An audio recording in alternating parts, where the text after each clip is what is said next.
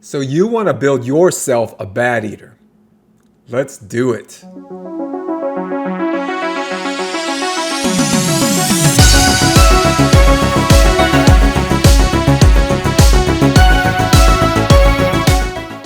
What is going on, Raiders? Soda Dragon here, and today I'm going to show you how to build one of the most popular unkillable clan boss compositions there is, the infamous Bat Eater composition.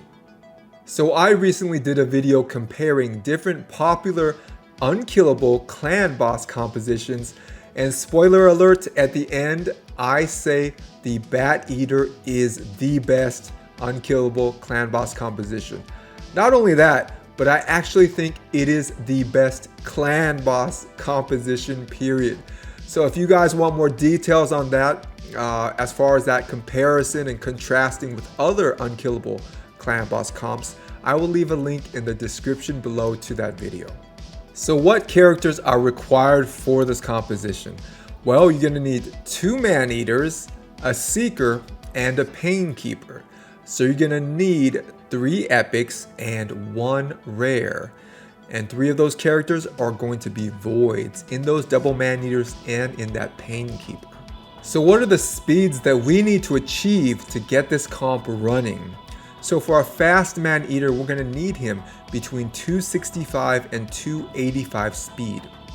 So for our Seeker, we're gonna need between 248 and 254 speed. For our slow Maneater and our Painkeeper, we're gonna need to have them between 239 and 247 speed. And lastly, for our DPS character, we have him between 218 to 227 speed. So next, I'm gonna talk about how to do damage with your Bat Eater comp. Remember, just because you have the characters and you have the speeds does not mean you are going to deal damage to the clan boss. And what I mean by that is significant damage. So doing damage with a Bat Eater comp is more than just getting the speeds right. Remember, at turn 50 of the clan boss, he will start ignoring that unkillable buff that we get from Maneater's Ancient Blood. That means you got until turn 50 of the clan boss to do as much damage as you can. But after that, he's probably gonna just one-shot you. So the first step in doing damage is that everybody on the team, no exceptions, has to have that tier 6 offense mastery, War Master, or Giant Slayer. So either one, but every single character on your team has to have it. So what does that mean? They must be 6-starred. Okay, so we're not working with 4 stars, 5 stars. You gotta 6-star them, everybody, and get that tier 6 offense mastery, either War Master or Giant Slayer. Don't worry, we will fully go through everyone's masteries later in the video. So the second step in doing damage with a Bat Eater team is you build everybody for damage. So what does that mean? You're building everybody with crit rate as close to 100 as you can get, crit damage, and you are pumping up that stat that their damage is based on. So for all 4 required characters, it's going to be attack. So you are gonna pump up that attack stat as high as you can. For Painkeeper, it's a little mixed, but in any case, for that, even the 5th character, whatever that their damage is based on, whether it's attack or defense, whatever, you wanna pump that up. Okay, so crit rate, crit damage, and build up that stat that their damage is based on for every single character. So the third step, and it kind of goes along with the second, is you are to ignore all those survivability stats. So HP, ignore it. Resistance, ignore it. Defense, unless someone's damage is based on defense, ignore it. Ignore it, because you got that unkillable buff. You will not die. All of that stuff is irrelevant to an unkillable clan boss team. So you are building your guys attack, attack, attack. You are building them to do damage. They don't need to be able to take a hit. because we will be cycling that Ancient Blood with that Unkillable buff all the time. They will be protected. So focus on damage and forget all the survivability stats. So step number 4 really only applies to the Maneaters, and it is more of an end game consideration, like you really want a 1-key Ultra Nightmare. So if you're trying to do something like that, then you are trying to squeeze out every tiny bit of damage you can get. So what is step number 4? You need to build your Maneaters with as low accuracy as possible. Once again, I know it sounds weird, but you want to build them with as low accuracy as possible. Why is this? Well, they have this debuff with their A1 that decreases attack. So you might think, well, why don't I want them to decrease attack? Remember, this is an unkillable composition. So whether the clan boss's attack is normal or his attack is decreased with this debuff, he's not going to kill you, okay? Furthermore, what is this debuff? It is a debuff taking up a slot on the clan boss's bar. And that debuff bar has a limit. There are only 10 debuffs that can go on the clan boss at any one time, actually any character. So you're putting on, or you risk putting on, if your Maneaters are built with high accuracy, a debuff onto the clan boss that wastes a valuable debuff slot and does nothing for your team. So that debuff slot could probably be replaced by a poison, which does a ton of damage, okay? And lastly, you actually want the clan boss to do a lot of damage with his attacks. Why is that? We'll talk about this more when we get to the Masteries, but one way of really squeezing out that last bit of damage is to put that counterattack mastery from the defense tree on your characters. So you will need the clan boss to hit you pretty hard to proc that counterattack mastery. Now later on, once you're approaching that 50th turn for the clan boss, he's going to be hitting you pretty hard anyway. But once again, if you want to maximize your damage, you want the clan boss to be hitting you as hard as possible, as early as possible. So you do not want this attack down debuff on the clan boss. You want him to be hitting you as hard as possible, as early as possible, so you proc those counterattacks. Okay?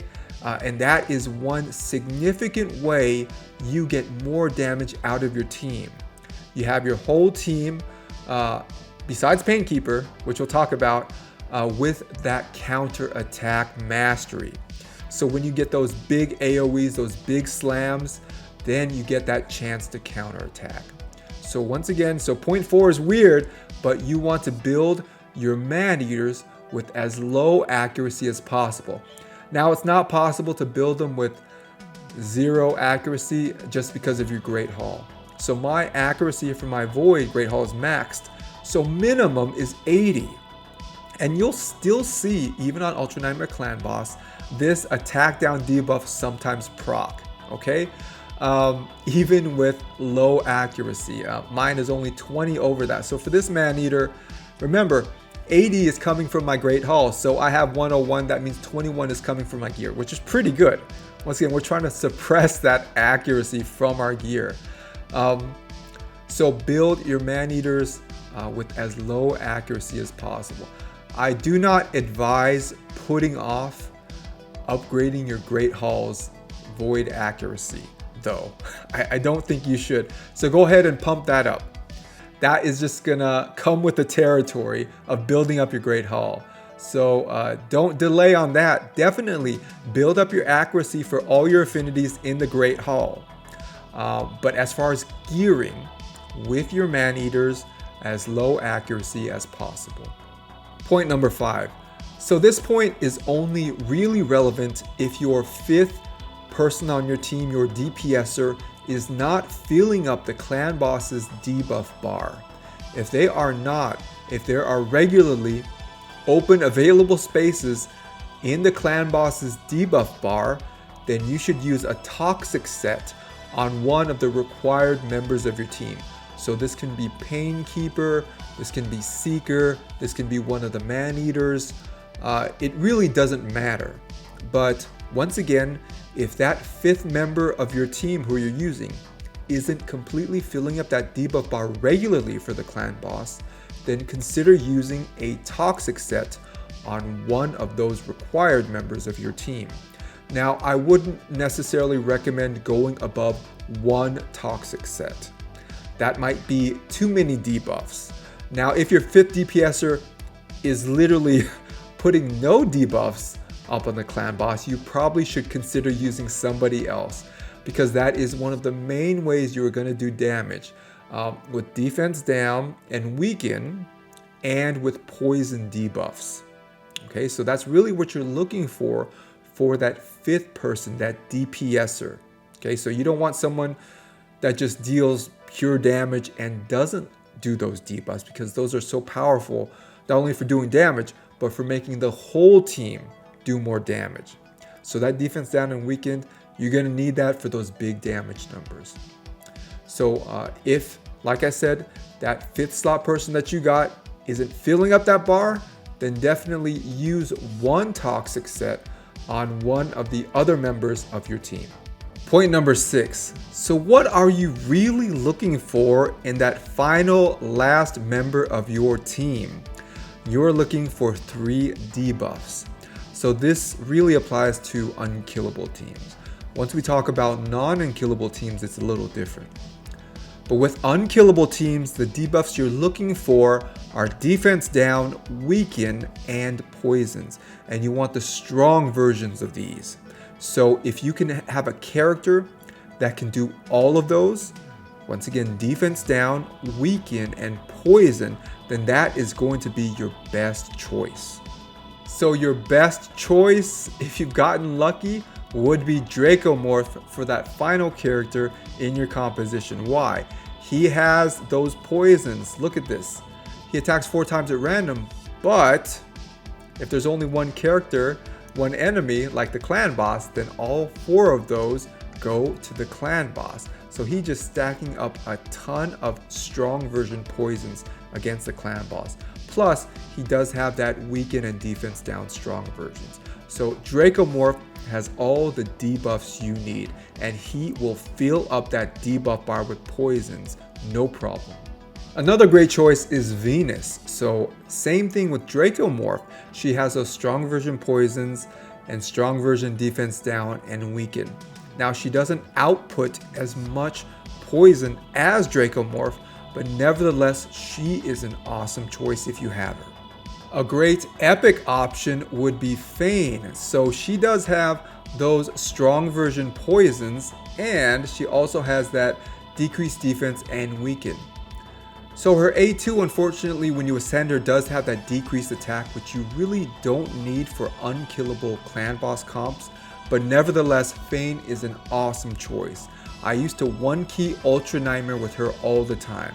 So great choice in Fane for an epic.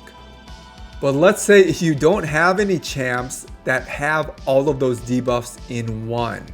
No problem. You can always substitute in other champs with at least some of the debuffs. So a great poisoner option would be Zavia. So on her A1 and her A2, they both have that strong version poison, which is awesome. And now by default, her AI will not utilize Deadly Catalyst, which is her poison explosion or poison popping ability, because you do not want to do that against the clan boss. And she used to do that, which is why people didn't use her for a while, even though she is such an awesome poisoner. But now she won't. So she is a great option for a poisoner. Another great choice for a poisoner is Nethril. So on his A1, he puts on those strong version poisons, and he can really stack up the poisons. All right, he can fill up that debuff bar on the clan boss. So if you got Nethril and you need a 5th member in your team, he is a great choice. So a great rare option is actually Frozen Banshee. She is great and she works with this comp. So on her A3, she places a poison sensitivity debuff, And when that's up on the clan boss with her A1, she will place those strong version poisons. So she can definitely put a lot of poisons on the clan boss. Now some people have thought because of her A2, this turn meter increase, she wouldn't be great for clan boss compositions because she can start throwing everybody off with her turn meter increase. But don't worry, she doesn't use it. That A2, she does not use that against the clan boss. So she is A-okay, good to go for the clan boss. And let's not forget about good old Kale. So he does have that weak version poison on his A1, but on his A3, he has those strong version poisons. So if you don't have anybody better, definitely Kale is gonna be your choice for poisoner. So a great non-poisoner option would be Rosin. So he is that permanent fusion that you can get. Rosin is so useful in so many parts of the game. He is just an awesome champ, one of my early favorites. And look at his A2. He can apply that strong version, defense down, and weaken in one move. Okay, now it's single target, but against a clan boss, that's single target, right? So when you apply that defense down and weaken, really you're making the whole team do more damage. Not only with their regular attacks with the defense down, but with their War Master procs. So that is because of the weaken. The weaken will increase the damage of those War Master procs. Defense down does not. Okay, so if you can get defense down and weaken as much as you can on the clan boss, then definitely the whole team will be doing more damage. So somebody who would not be great for the clan boss is Drexstar. Now he's great in so many other places, especially Doom Tower. He is an MVP, but against the clan boss, he's not great. Why? Well, it's because of his HP burn. And really it's not because Drexstar is bad, it's because of HP burn. That debuff against the clan boss is not great. Why is that? Because any one character can only have one HP burn at them at one time. So one stack of it. So that means against the clan boss, you could only have one HP burn ticking on the clan boss's turn at any one time. So contrast this with poisons. You can have 10 rows of poisons ticking away on the clan boss every turn. Much more damage. So HP burn is not the best choice for the clan boss. It's great in Doom Tower and a lot of the bosses in the game, actually, a lot of the dungeon bosses. But in clan boss, it's not going to be your best choice. Plus, Drexstar does not bring some of the other debuffs we're looking for, like weaken or defense down. So save Drexstar for the Doom Tower, save him for the dungeons. Clan boss, he is not going to be your best choice. Point number 7. I know you guys thought I was done with the list, but not yet. But this is going to be the last point. So what you want to do to maximize your damage against the clan boss with this unkillable comp is you want to gear your DPSer, that person you're slotting in that 5th slot, with a relentless set. This makes so much difference. It will make a difference in the millions as far as how much damage that 5th character is doing. So for me and Dracomorph, when I geared him in relentless, I was getting 5 to 10 million more damage with him in relentless versus just a pure cruel set or with a savage set. So definitely relentless is the way to go, especially with debuffers, because they get more turns to cool down their skills and then use them more frequently. So we're talking about those poisons and that defense down and weaken. If we can get defense down and weaken with 100% uptime, that's great for the whole team. And then those poisons are just doing damage on their own. So point number 7, whoever your DPSer is, gear them in a relentless set. That will allow them to literally do millions more damage. So quick point about the relentless set. It does work for this unkillable comp, but it does not work for all unkillable comps. So depending on the comp you have, you can't just slot in somebody with a relentless set and expect everything to be okay. So make sure whatever comp you're using, if you want to run somebody in a relentless set, you're going to need to test it to make sure it works. So on to the characters, booking, gear, and masteries. So for your Maneaters, both of them, you will have to have Ancient Blood booked out. So use as many books as you need to book out this skill, Ancient Blood. You need that cooldown to be 5 turns. So the other skills do not have to be fully booked out, just Ancient Blood.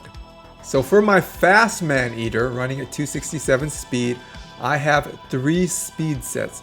So this is probably going to be really common for you and this fast Maneater. Now, Savage sets work great, Cruel sets work great for those big damage numbers. But if you're having difficulties with the speeds, or you don't want to just cannibalize all of your best gear, speed sets work just fine. So those 2-piece sets, I'm getting 12% more speed per set, and it's a 2-piece set.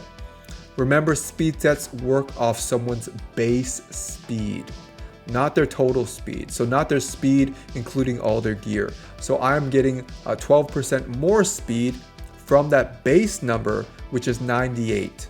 Okay, so 12% 3 times against that base speed of 98 for the Maneater. So let's go through those bottom 3 pieces of gear.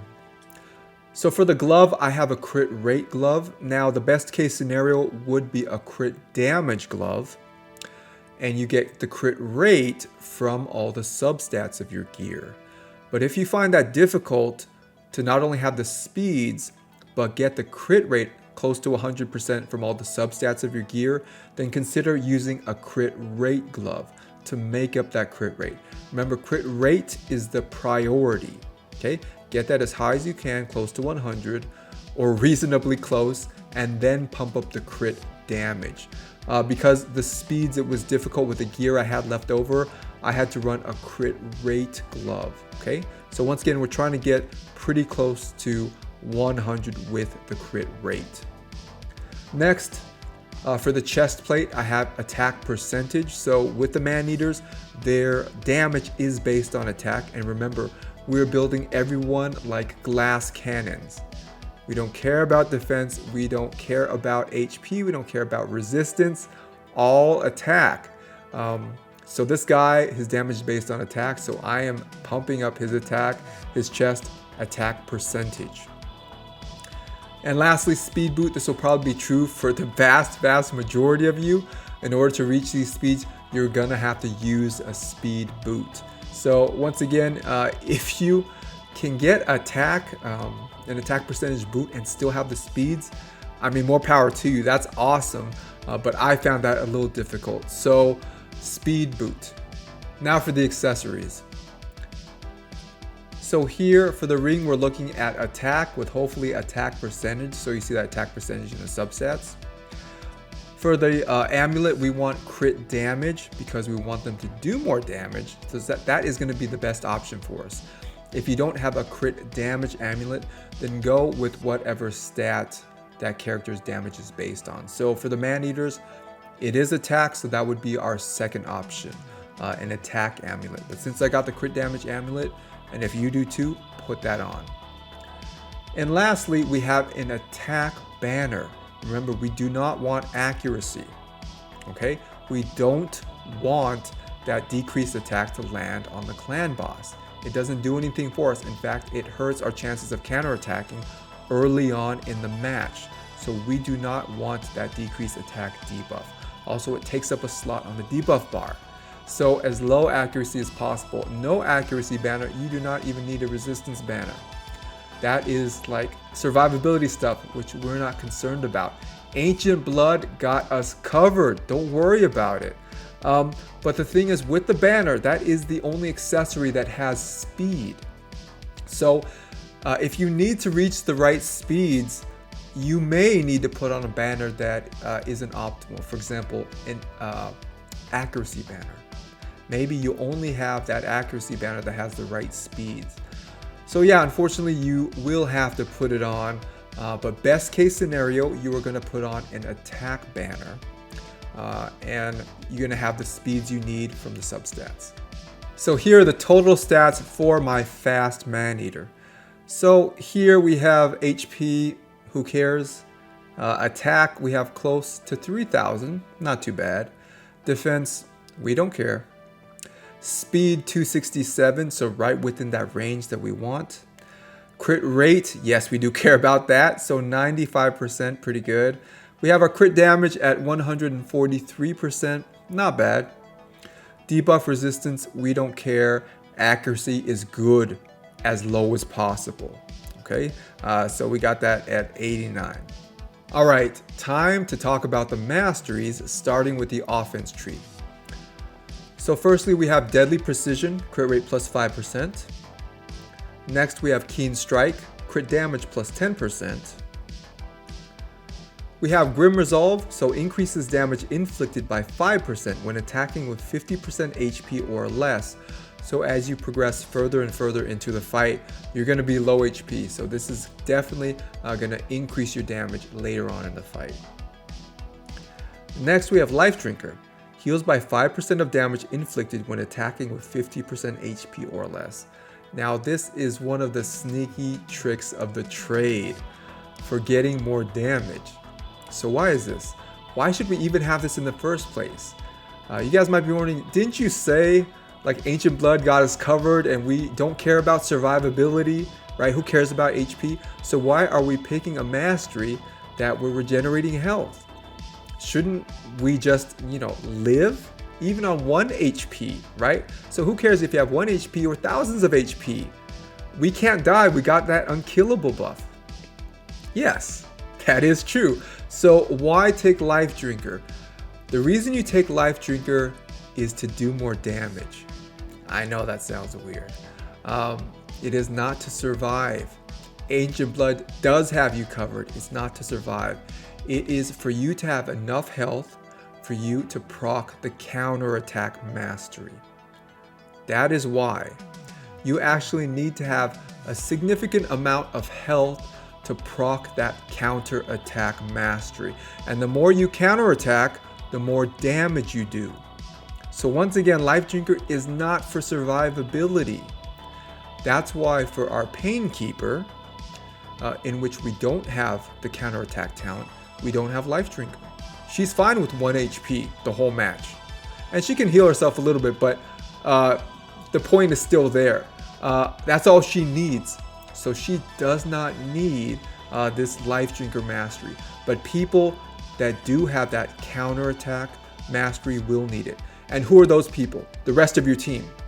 So 4 people on your team better have that counterattack mastery if you want to maximize your damage.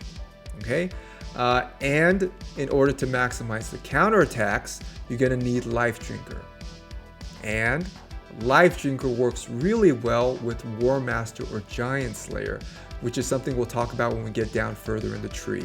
But all these things work together. So Life Drinker is like a sneaky little secret to get more damage out of your team. Not to survive longer, to get more damage. So definitely, if you're thinking about running counterattack, once again, which you should, on everyone except Pain Keeper, then pick Life Drinker. Next, we have Single Out. Increases damage inflicted to targets with less than 40% HP by 8%. So if you get the clan boss nice and low, for the whole match, you will have plus 8% damage. Cycle of Violence, just pretend it's not there. It's not relevant to us. And I don't want to spend the gems to redo it. So it's going to stay there until I feel more liberal with my gems. Let's put it that way. Next, Bring It Down. Increases damage inflicted by 6% when attacking targets with higher max HP. So this is basically all the bosses in the game. So all the dungeon bosses, Doom Tower bosses, clan boss, everybody is going to have higher max HP than you. And actually a lot of people in arena, depending if you're running an attack champion versus a lot of those tanky champions, they're going to have higher max HP than you. But for us, definitely this is a good one. Permanent plus 6% damage increase. Next, Methodical. Increases the damage inflicted by this champion's default skill by 2% each time it is used during battle. stacks across each round in a battle up to 10%. So this is good for us, bonus damage. Next, War Master has a 60% chance of inflicting bonus damage when attacking. Bonus damage is equal to 10% of the target champion's max HP or 4% of the target's max HP when attacking bosses. Bonus damage can only occur once per skill and does not count as an extra hit. So War Master gives us big bonus damage potential. Okay, so it's only 60% chance of proccing per attack, but that is huge because the damage is not based on who is attacking. The damage is based on who is being attacked and their max HP. So we're talking about Clan Boss, he has a ton of max HP. So when this procs, it's gonna do a ton of damage. So that's the cool thing about this skill. It's really based on who is being hit, not who is doing the hitting. So this is, I like to think of this like a mini Cold Heart skill or any of those enemy max HP characters. So definitely all your characters on your Clan Boss team need to either have War Master or Giant Slayer, and they both function the same way. So basically you're trying to get that bonus damage based off enemy max HP. So once again, everybody on your team is going to have War Master or Giant Slayer. Alright, time for the defense tree. Now a lot of these masteries really don't make sense and are not relevant to our Bat Eater Unkillable comp. I'm going to run through them anyway, and a lot of them are really good for different circumstances in the game. But as far as Clan Boss with an Unkillable, not so much. So let's start with the first. Defiant, resistance plus 10 in general, a good defensive mastery to take. Next, Rejuvenation. Increases the amount of healing and the value of shield buffs this champion receives by 5%. So this one actually is good because it works in conjunction with Life Drinker, which works in conjunction with War Master to get you those big heals. And when you get that big healing, you have a better chance of proccing that counterattack mastery, which we'll talk about. So there is a certain threshold of health you must have to proc that counterattack mastery. If you just have 1 health, it will never proc. Okay, so you need to reach a certain threshold. Next, we have Resurgent. Has a 50% chance to remove 1 random debuff from this champion when they lose 25% of their max HP or more from a single enemy skill. So this is a really good defensive mastery in general, but not really too relevant for us. Next, we have Delayed Death. Reduces the damage this champion receives from a specific enemy by 0.75% with each hit taken from that enemy. Damage reduction stacks up to 6% for each enemy. So yes, the Clan Boss hits you a lot, and we actually do not want damage reduction. So, you know, for a lot of bosses in this game, this is actually a really good mastery. But for the Clan Boss, we actually don't want this. So this is actually not optimal. But I don't feel like spending the gems, so I'm not going to change this anytime soon. But yeah, don't pick that one. And lastly, Retribution. This is that counterattack mastery that we were talking about. So has a 50% chance to counterattack when this champion loses 25% of their max HP or more from a single enemy skill. So there is that threshold. Okay, you need to have over 25% health for counterattack to potentially proc, and it's not 100%. See, it's 50% chance. Okay, but the more often we have your characters over 25% health, the more chances they have to proc that counterattack. So once again, this is really the reason that we're going down this tree. Now with Retribution, people will counterattack with their A1 skills, and that means we can get extra procs of this. War Master. Yes, War Master works with Retribution, which works with Life Drinker. You see the circle forming or triangle, whatever. It all works together. Okay, so definitely we want this Retribution skill. It does make a difference, and the whole team having it, or at least most of the team, besides Painkeeper, it makes a huge difference because of all those potential War Master procs going on. okay? Those extra procs going on. So if you want to maximize your damage, you're gonna need Retribution. And for Retribution to work, you're gonna need Life Drinker, because Painkeeper's healing is not gonna be enough later on in the game. So you're definitely gonna want your own source of healing per character. So this is gonna be that Life Drinker plus the War Master, and that's gonna give you the opportunities to proc Retribution more. So if you're having trouble reaching the speeds, instead of going down the defense tree, you can opt for the support tree and this mastery. So Lore of Steel increases the base stat set bonuses of all artifact sets that increase base stats by 15%. This increase is multiplicative, not additive. So this would apply to something like a speed set or an attack set or a defense set. This would not apply to something like a stun set, for example, or a provoke set. But if you need the extra speed and you have speed sets on, this would help you reach those speeds. So this is going to give you bonuses to your speed. So if you need this to reach your speeds, it's okay, but you will be giving up potential damage by not going down the defense tree and getting that Retribution mastery. On to the slow Maneater. So just like the fast Maneater, we do need Ancient Blood booked out completely. So use as many books as you need to book this skill out, but don't feel like you need to completely book him out. All you need is Ancient Blood completely booked out. So you see, I have 3 speed sets on my slow Maneater, just like my fast Maneater. But because the speed requirements are a little less, this Maneater does a lot more damage than the fast Maneater. So because of the slower speed requirements, I am able to run a crit damage glove on my slower Maneater. As I mentioned, that is the absolute best way to do damage. Crit damage glove and get crit rate from the substats of all your gear, as close as you can to 100%. So I have a nice 6-star crit damage glove. Next for the chest, same thing as the fast Maneater, I have a 60% attack chest.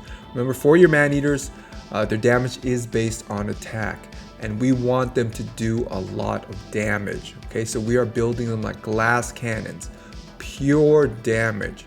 So you want your chest to be that attack percentage optimally.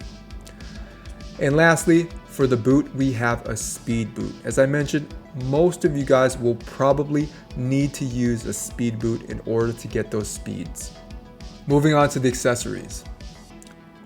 So firstly, for the ring, I have an attack ring with nice attack percentage substats. So for the amulet, the best case scenario would have been to have a crit damage amulet. But because I don't have any good ones, right here I have an attack amulet. So it still increases his damage, not as much as a crit damage amulet, but it's still a good choice. And I do have crit damage as substat.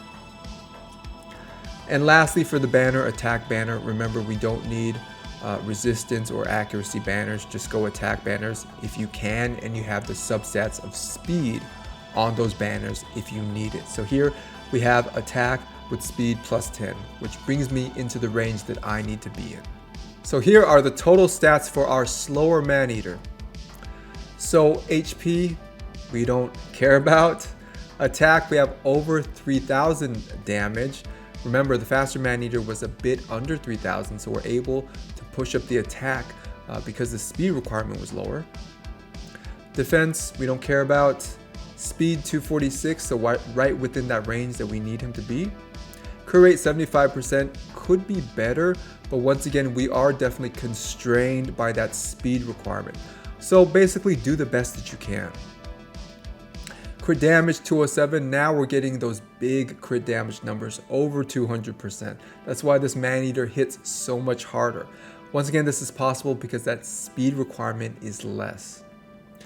Debuff resistance, we don't care about it, and debuff accuracy, nice and low. Remember, from the Great Hall, we are getting 80 accuracy. We can't do anything about that. We can't turn it off, but 21 on top of that, not too bad. So 101 accuracy, nice and low. On to Painkeeper. So we are going to need to have her combat tactics skill booked out. So at least 3 books. So use as many books as you need to get her combat tactics fully booked. So how have I geared my Painkeeper? So here I have her in one speed set, one crit rate set, and also a broken set. So another great choice for Painkeeper would be a toxic set if your DPSer is not filling up that debuff bar. And guys, it's fine if you have to use broken sets as long as you're getting the speeds you need, plus you're getting that crit rate, crit damage, and attack up. So let's talk about Painkeeper's bottom pieces of gear. So here we have her in a crit damage glove.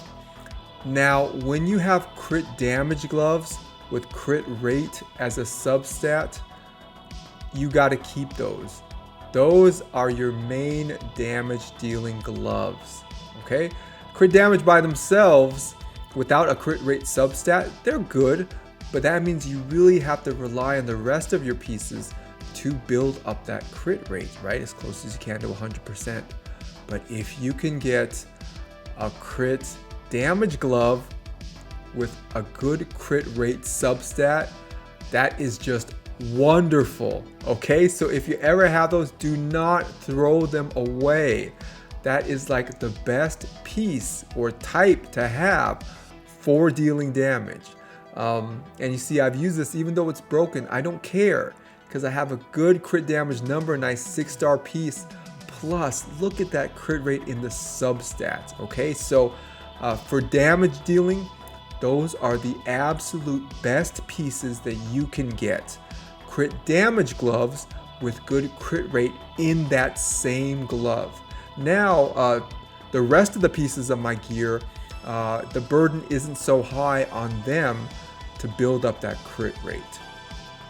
So for the chest, we do have an attack percentage chest. Now her attacks are based, one is based off attack and defense, and the other is based off attack and HP. So really weird combinations, but both her attacks are based off attack plus something else. So attack is a good choice for Painkeeper.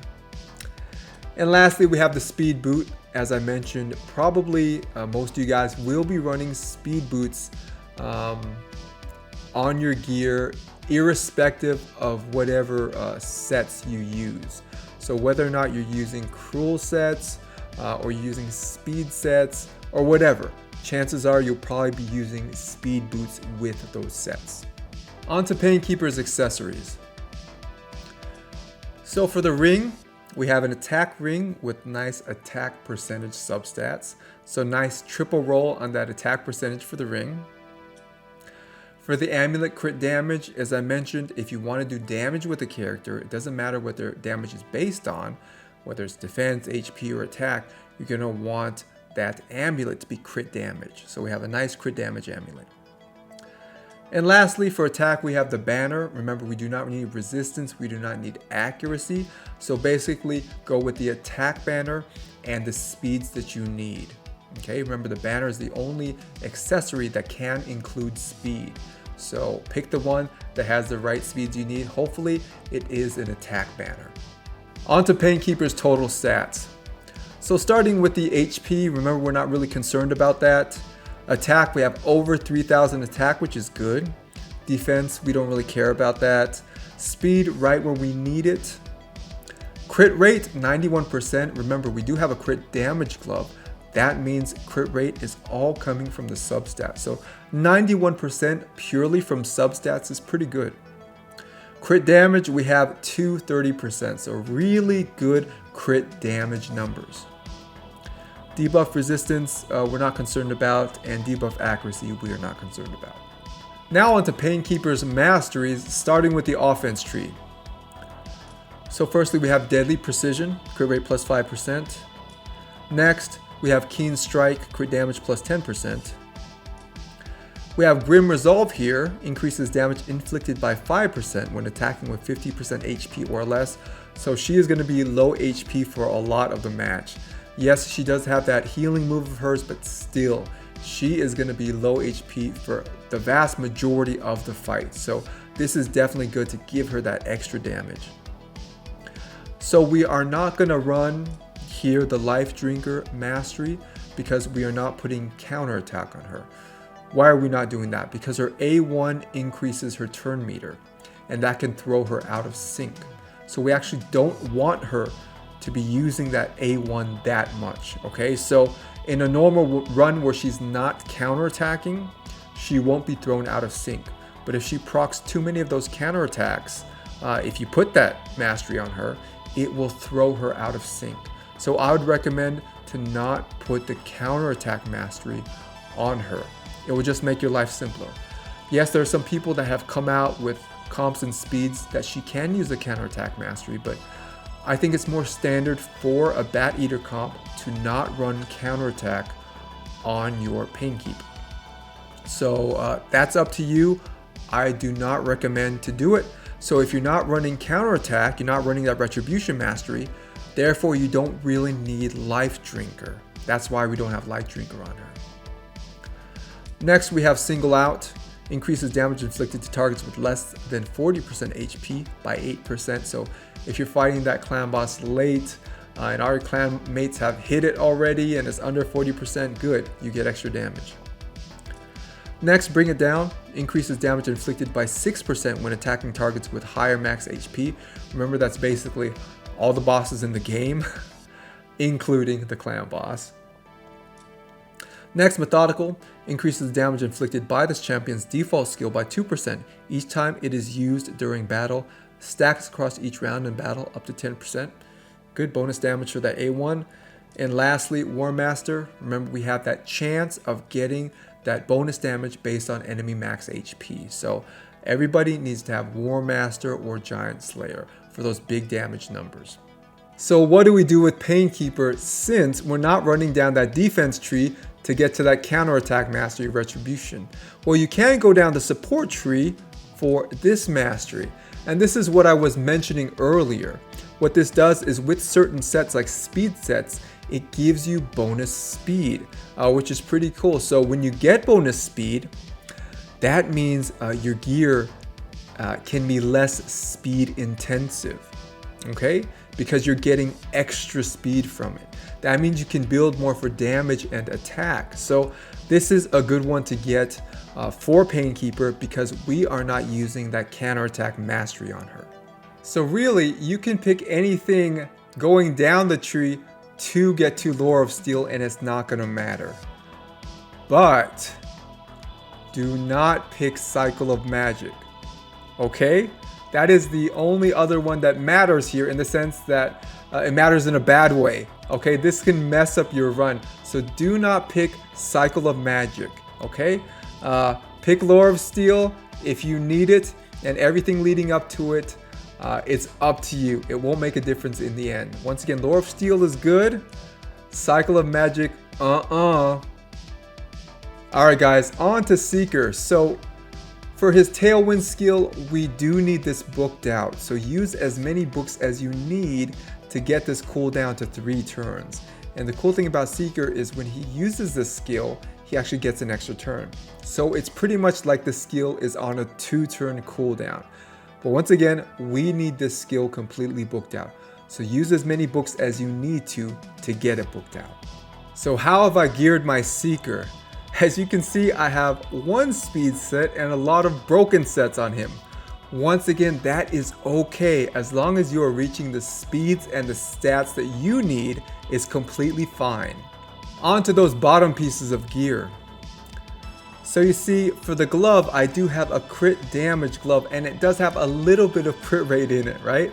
It would have been better if it was more, but still, when you have a nice 6-star crit damage glove with crit rate in it, that's wonderful. So we got that nice crit damage glove for the damage.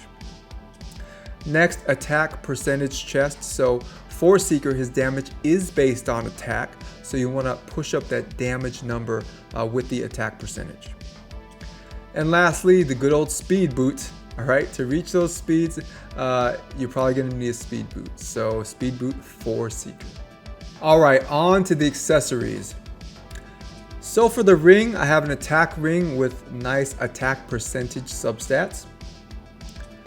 For the amulet, I have a crit damage amulet. Remember, best case scenario, you have a crit damage glove you have good crit rate substats in all your gear, close to 100, and your amulet is crit damage. So here we have that nice crit damage amulet. And lastly, resistance. Now here's the thing. Remember I told you guys that for the banner, that is the only accessory that has speed on it. So if a banner happens to have a main stat you don't really care about, but has that substat you need, well, then you need to put it on. So for me, even though resistance is not required at all in this composition, I use this resistance banner, not for the resistance, but for that substat of speed. So I'm getting the speed I need. You see that double roll on the speed. So that's why I'm using it, not because Seeker needs any sort of resistance or this team needs any sort of resistance. On to Seeker's total stats. So here we have 32,000 health. Remember, we're not concerned with that number. We have our attack close to 3,000, a little bit higher would have been better because Seeker has actually pretty good damage multipliers. Defense, we're not too concerned about. Speed, 246, so right within that range that we need him to be. Crit rate, 89%. Once again, pretty good considering we are using a crit damage glove. So that 89% is purely from substats. So really not bad. But look at that crit damage number, 249, almost 250. So massive damage potential for Seeker because of that crit damage number. And debuff resistance and accuracy, we're not concerned about. On to Seeker's Masteries. Now, if you guys notice, this tree is almost exactly the same as the Maneaters. So I'm not going to go through every single mastery again, but there is one difference.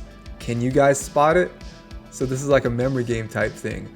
If you can't, it's okay. So here is the mastery that is different. It is Deterrence. So here has a 20% chance to counterattack an enemy when they apply a stun, sleep, fear, true fear, or freeze debuff on an ally.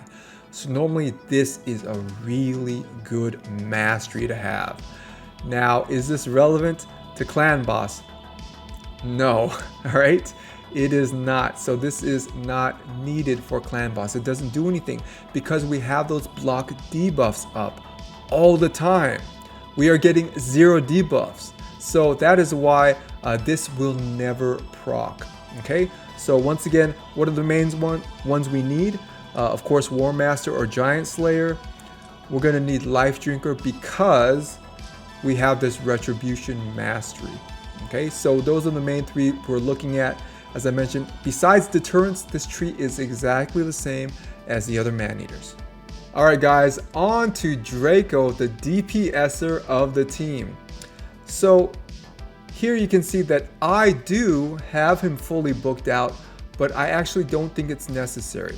What I think the priority is for Draco is this Baleful Eye. So once you put that defense down and weaken on the clan boss, everybody, including Draco, starts doing more damage. So this is a priority for Draco. So definitely use as many books as you need to book this skill out. Now for his poison ability, because we are using the Relentless set to get more turns, I actually do not think you need to book it out completely. If you get lucky with that Baleful Eye and book that out, don't think you have to book out the rest, especially not Poison Jaws. Okay? He will be throwing up enough poisons. Trust me. With that Relentless set, he definitely will. So it's actually not necessary to get more poisons up. He just outputs so much poison. So if you want to save, a legendary book or 2 and not book out this skill, feel free to. I feel like the damage numbers will be really similar because when you do book it out, sometimes those poisons are wasted. Or worst case scenario, sometimes that Baleful Eye, that defense down and weaken, doesn't land because that debuff bar is so full. Because that's Draco's power, all right? Of just throwing up those poisons. So I would say you actually do not have to book out Poison Jaws, but definitely try to book out Baleful Eye. On to Draco's gear. Now, as I mentioned, we do have him in a Relentless set. And remember, that is one of the keys to doing damage in a Bad Eater comp. That 5th person who you slot in especially if they are a debuffer. You want to put them in a relentless set, because not only do they get more turns, they're using their A1 more, and Draco's A1 hits really hard, but every time they get an extra turn, they are cooling down their skills more. So for those big time debuffers like Draco, man, he is just throwing up those debuffs at a faster and faster rate when those extra turns proc. So the Relentless is your #1 choice for your 5th slot person. So depending on what their damage is based on, you might want to go Cruel. It's good because that gets an extra bonus to attack, and Draco's damage is based on attack. If you had someone else whose damage was based on HP or defense, you would put something else in there. But also the Ignore defense works really well against the clan boss. Okay, so let's say I did not have a Relentless set to put on my 5th person. Okay, and I had Draco. What would I put on him? I would put a Savage set and a Cruel set on him. Okay, that would net you the most damage after a Relentless set. But if you do have Relentless, go Relentless. That will absolutely get you the best damage numbers out of that 5th person on your team. And once again, if they are a debuffer, which they should be, you are getting those debuffs thrown up at a much faster rate with those extra turns. Now onto Draco's bottom 3 pieces of gear. So you see for the glove here, I do have a crit damage glove, a nice 6-star crit damage glove with crit rate as a substat. So remember, those are your most important damage dealing pieces in the whole game. Crit damage gloves with crit rate as a substat. So if you got them, keep them. Next, attack percentage chest, because Draco, all of his attacks are based on attack as far as their damage. And we're building glass cannons here, so definitely attack percentage chest for Draco. And lastly, we got the speed boot. On to Draco's accessories. So for the ring here, you see I have an attack ring with good attack percentage substats. For the amulet, I have a crit damage amulet because remember, I wanted to do as much damage as possible. Plus here, I'm also looking at some accuracy. So Draco is my debuffer, and I do need accuracy to land those debuffs. So I am looking at the amulet not only for that main stat, which is crit damage. I do want him to do damage, but I need accuracy from it as well. So we got a little bit of accuracy there, buffed up by some glyphs. And lastly, we have an accuracy banner. Now it's only a 5-star banner. Would 6-star be better? Yes. But look at that speed. We've got a triple roll on the speed. Plus I had to glyph it a little bit. So as I mentioned, sometimes you do your best within the constraints of the speeds that you need. So if I ever get a 6-star accuracy banner for Lizardmen that has the same speeds or something close, I will definitely sub it in. But for now, this is the best that I can do. His speeds are good. He lands plenty of debuffs against the boss. It would be better if it was higher, but nevertheless, for the speeds that are required, this is pretty good. On to Draco's total stats. So here we have him at 30,000 health, which isn't relevant to us. Look at that attack, 4,600. So for some of you guys, that might not sound like that much, but remember, I'm not just building him for attack. There are certain speed constraints that we are going for, especially with a Relentless set. Those aren't easy to get, so I think 4,600 is really, really good. We have him at 2,400 defense, which we don't really need. We're not concerned about. Speed 220, good. Crit rate 81%, good considering that's all from substats, okay? Because we have that crit damage glove, so pretty good. Look at that crit damage, 260. He hits so hard. Debuff resistance, we don't really need that, but we do need that accuracy. So debuff accuracy definitely we do need. So best case scenario for the Ultra Nightmare Clan boss, you'd want it closer to 300 or more than 300. So 241 is okay. So Draco will land the majority of his debuffs on the Ultra Nightmare Clan boss with this accuracy. But definitely it could be better. like I said, I'm using that 5-star accuracy banner only because I got that awesome triple roll on speed. All right, on to Draco's Masteries, and what do we see? Pretty much exactly the same thing, except for one.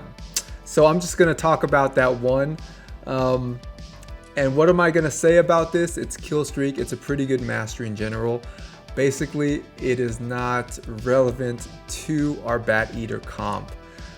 So basically the same rules apply with everything that I said here, and all these masteries work really well even with the Relentless set. Okay, so we do have that counterattack talent. That's why we have Light Drinker and we have the War Master. So they're all gonna work together to get us those extra counterattacks. Now, when Draco counterattacks, it doesn't count as a turn. So for example, he's not cooling down his skills or anything like that, but Draco hits hard, okay? So those big hits add up. So this is gonna be your mastery tree.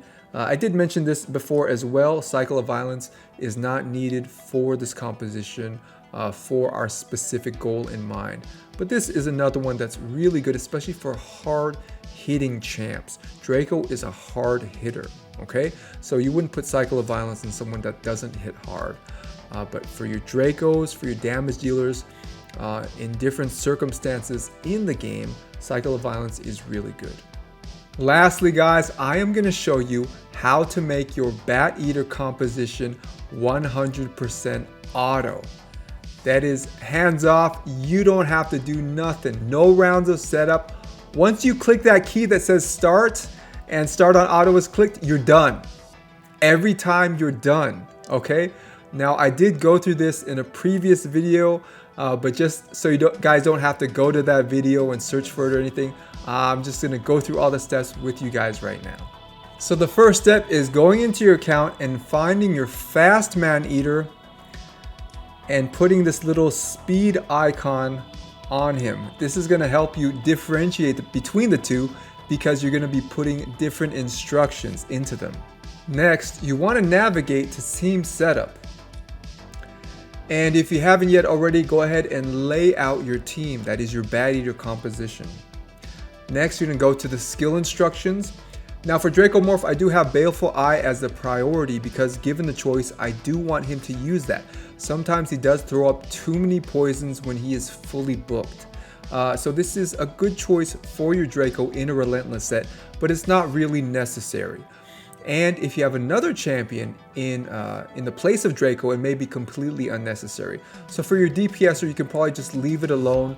If you have a Draco fully booked like I do with Relentless, this is a good option, but not necessary. Next for Painkeeper, you do want the combat tactics to be the first choice, okay? So you want to set that as the #1 priority. After that, it's going to be Spectacular Sweep as the next priority, the #2. Seeker's nothing. He knows what to do.